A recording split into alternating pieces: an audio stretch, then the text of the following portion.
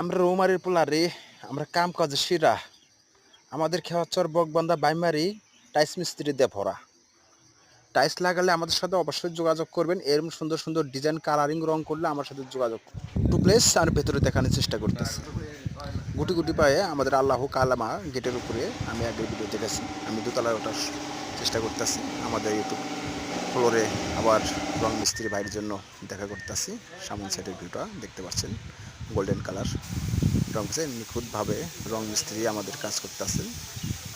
তাহলে আমাদের ভিডিও যদি আপনাদের ভালো লাগে অবশ্যই আমাদের সাথে যোগাযোগ করুন। অবশ্যই আমার চ্যানেলটা সাবস্ক্রাইব করবেন। সাবস্ক্রাইব করতে ভুলবেন না, ভুলে যাবেন না।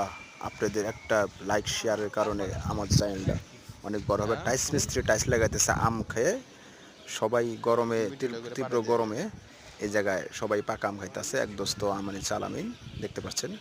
ছাদের ভিউ, ছাদে পার্কিং টাইস লাগানো হইতেছে দেখতে পাচ্ছেন। সবাই বেতাল অবস্থা।